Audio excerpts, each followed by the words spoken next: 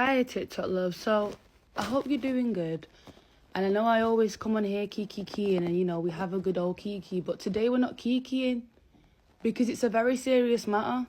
And I know the whole of Manny right now is spinning because how did we get here? Now, I know we've all seen what's going on. And I'm not even the type to get involved in things because really and truly I don't business. But I think there's a lot to be learned in this situation with Rielle and this Claudia girl. And I'm sending her all the healing and all the light, and also to the man that was hit and no one's acknowledging. I'm sending healing to him too, and the other person who suffered minor injuries, sending healing to them too. But my point is, you see, when you are the type of person that is so thirsty to be seen and so thirsty to live a certain lifestyle and so thirsty to be famous before your time, you don't wait on God's timing. You want to force your way into whatever path you want to go down to achieve that dream lifestyle, and you do it through worldly ways. It's always gonna come back and bite you, bro. And this is no judgment to the girlies that do A, B, C, E, F, G. But at the end of the day, you have to be very mindful by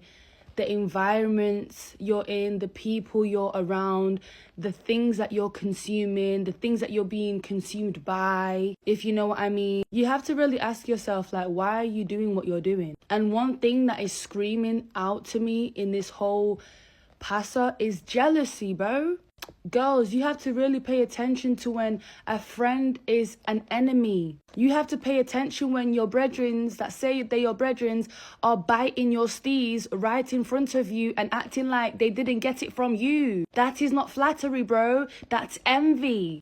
If we are all friends and we are all fly, what is the reason to be copying each other? And I'm talking specifics. You can, be inspired by your friend and do something similar, but to do the exact same thing and not credit them for that is brazen. Now, let's talk about the lack of emotional intelligence. What do you mean you went out, you got into a push and pull, you got into a fight, you lost the fight? Let's be real. There was people fighting on both sides. And instead of you just holding the L, you got in the whip and said, fuck it, I'm going to run this bitch over. Like, I'm just trying to understand the sense, because there ain't none. Like, where in the process of losing a fight does a normal person that has God in their life think, you know what, the best thing for me to do right now is to run this person over? Like, what? And this is all allegedly. Allegedly, Rielle got robbed and whatnot. I don't know. I don't fucking know. That's not my brethren. But I do feel it for her, because it's like you've worked your way up to get to this point in life, and everything you've worked for, you've just thrown away. For what reason, bro? It was unnecessary. And don't let me find out it was actually over, man. Like, are we actually being serious? But one thing I've noticed about women specifically, and you guys can come for me and I don't give a fuck, like, because I've experienced this in my personal life. These unhealed Scorpio women love to go on like they're not pick-me's. They love to go on like, oh, we're the sexual sign and we get so much man. But look at what the man made you do, though. I thought you wasn't male-centered. Look at what jealousy made you do. Because, girl, hold your L and go home, bro. You should have just got in the whip with the whatever people you came out with. Went to the hotel, cooled down, drank some water, got in your whip and went home the next day. Even if these girls were involved in getting you robbed, do you think running her over is going to solve your problems? No, it's not. Attempted murder? What do you mean you went out for dinner and drinks and now you're holding potential allegedly M charges? Like, what do you mean? When the Bible talks about being slow to anger, bro, that's the realest shit, because life has so many draw outs, and you always have to remember, even if you're not at the point where you think you've made it, the process is still too much to lose. Like, we are not fighting to live and survive and maintain a lifestyle to throw it all away because of an emotion, bro. I really, really, really hope that both people that have been injured survive and make it through, God willing. And my heart does go out to Rielle, it does. But at the same time, this is a very, very big lesson for her and for us too. For us too, but mainly for her. You can't hide your mental health issues behind designers, bro. You can't hide your mental health issues behind a lifestyle. All that bread that you could have potentially made, all that bread that you've made, you never thought to invest into your own mental health. But girls will be quick to invest into their physical appearance, modifying their body, etc. But what about the mind? Because everything starts in the mind. You guys think that changing your body is going to heal you. No, babes, the sickness is in your mind. You guys are running people over man. But why should a man even want you anyway when you don't even love yourself, bro? And you really have to peep body language too. My girl in the red, the way she was looking at Gabby, you could already tell that is someone you shouldn't be that close to, because body language and eye contact is already telling you she's an op. Why are you so close to her? That's how she snuck you. I know that Gabby is in that cell or wherever she is twisting right now. And you know what? Yes, you have to be held accountable, but I'm actually sending you... I'm sending you strength, girl. I'm sending you strength, because I can't imagine. I would rather hold an L than ever think that I have the right to take someone's life or move with that level of demonic intent, because to get behind the wheel knowing I'm going to run somebody over, God forbid, is demonic. So I hope that this situation teaches us ladies to, number one, never be fighting over man. Why are we fighting each other over man? That doesn't even make no sense. And if we even, let me not even go there, because if we even, the maths is just not mathsing. Do you get what I'm saying? Number two, move with love, bro. Do you know how much classier it would have been if the two girls could just have a conversation? If you need to scream and shout. But why does it have to be physical? And why are we getting them whips with alcohol and stuff like that? It's just like, let's choose one thing and deal with that first. Do you get what I'm saying? But anyway, shout out to the guy who has the full clip and chose not to post it. Shout out to you. May God bless you, because regardless of whatever caused the situation, nobody's body should be seen in that condition. And I'm really hoping that the two victims have a speedy recovery in Jesus' name. I'm so disappointed, bro. I'm so disappointed. Like, it's just been very... It's quite disturbing to watch people bite the bait like this and like have no fear of consequences, have no regard for throwing away their own futures, bro. We're all just turning 30. What's going on? What do you mean? Anyway, yeah, that's my little 2 pence. Oh, and before I go, one last thing. When girls start showing signs of disrespect, signs of jealousy in a friendship, bro, don't be ditzy and have your head in the clouds and act like you don't see it, bro. You have to peep it. You have to watch people before you make logical conclusions about who is who in your life. Not everybody that smiles in your face is your fucking brethren. Because look at Rielle. Her own brethren allegedly. Sounds like her own brethren did an inside job and got my girl robbed. Be mindful of who you're allowing to know where you live, where you lay your head. It's not a joke. Your yard ain't a pub, bro. It's not a fucking Airbnb. It's where you lay your head at night. No one should know where you live. Full stop. I don't give a fuck if it's your brethren of... no. Stop putting yourself in dangerous situations because of man. And 2 wrongs really don't make a right. Even if God allows you to have the wisdom and foresight and the proof that someone has done you dirty, that's not an excuse for you then to take that information and act upon it yourself. Because guess what? God will always have the last laugh. It don't matter how much you think you can lick someone down. You see, when God does it for you, it's so much cleaner and there's no consequence. But anyway, I hope this teaches us all to do better. I'm so fucking disappointed. Because when I really think about the subject that this is all about, the subject, like... Realizing that you have to spend the rest of your life in jail because you decided to get into an altercation with somebody over a man. Absolutely insane. I think the reports are saying that the girl did pass away, so God rest her soul. But to the influencer who got drunk and decided to run down on somebody and run over somebody multiple times over a man, may God have mercy on your soul. It is never that serious to me. The second that I feel like anybody, any partner, any man is making me feel like I have to fight for their love or there's somebody else involved, you can have that man. It's never that deep to me. I have never felt the need to call a woman as a real woman. I've never felt the need to do any of those things, because if you have some proof, you need to be talking to your man about it, not that other woman. You cannot be jealous and envious of another woman for your man being easy.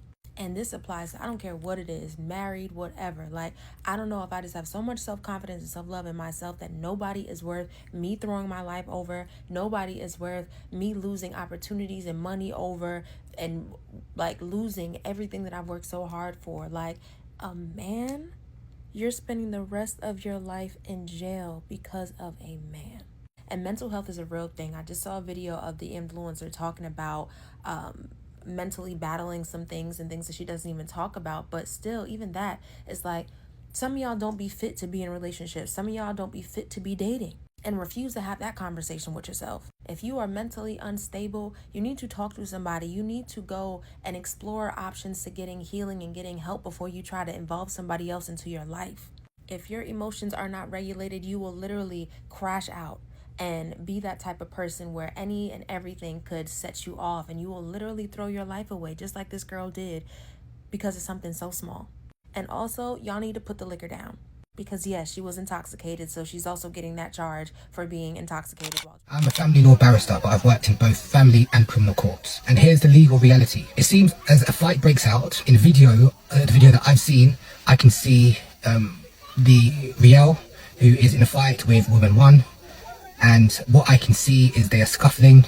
She tries to get in the vehicle, and woman one slams the door on her, and essentially they start fighting. Rielle drops on the floor, and then what we see is, well, we can hear someone in the background saying she fucked my man, or she fucked my man. And we have security guard, they start fighting again. We have security guards or men trying to hold Rielle back. Woman one then goes back to get Rielle, and you know, there's some sort of scuffling. And then the video just jumps to Rielle getting in the vehicle, and we see woman two holding the steering wheel, and then I just see the car turning left, and it knocks over woman three and another man, which we call bystander. What I don't know is whether woman three, the person who allegedly passed away or in critical condition, it's not clear yet. It's not clear whether that person had any involvement in the fight. She may have had involvement in the argument, but I haven't seen any video where she was involved in the actual physical altercation. But I can see woman one or woman two women who were fighting Rielle. I believe even after the car knocks over Claudia, Rielle gets out the vehicle and she proceeds to assault or beat Claudia. And that's what it appears on the video. And so there will be questions about which one is a fatal blow. Was it the car that hit Claudia, or was a beating that happened afterwards? You know, was that the fatal blow?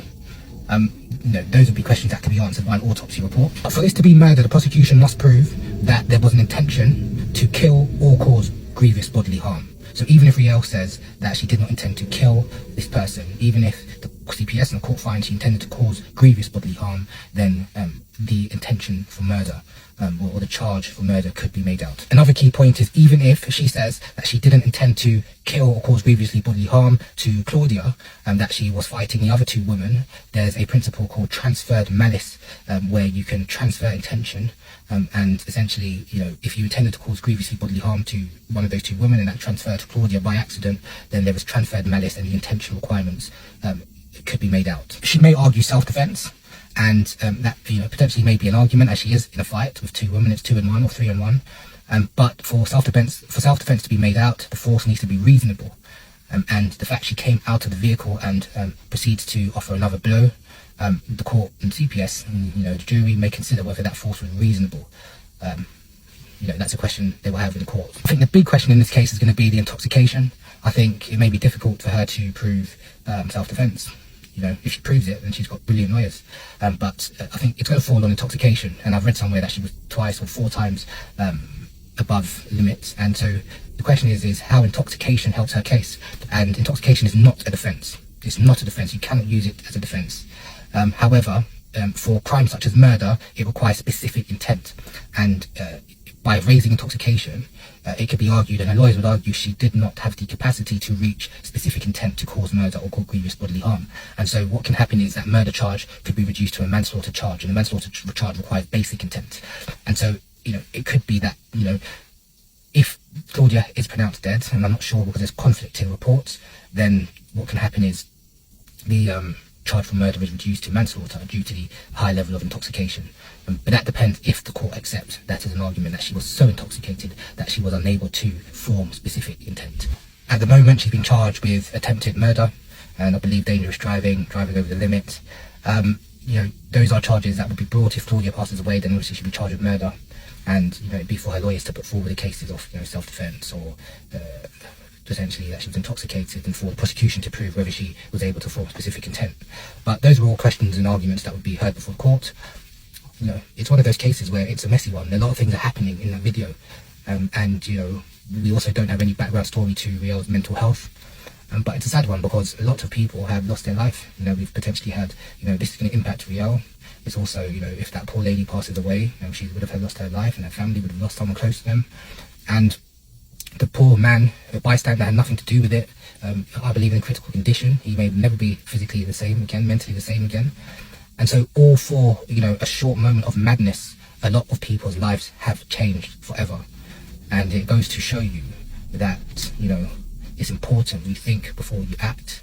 And, self-control is important. But, when alcohol is involved, your ability to make sound decisions really does fade away. I'm not blaming alcohol, but when you go on a night out, where are her friends? Where are her friends trying to take her away from the situation? Did she have any friends trying to take her out of that situation? Trying to calm that situation down, telling her you're drunk, you shouldn't be in that vehicle, pulling her away. It's just, when there's alcohol involved, just be very careful before you get, just be very careful. But yeah, so that's my...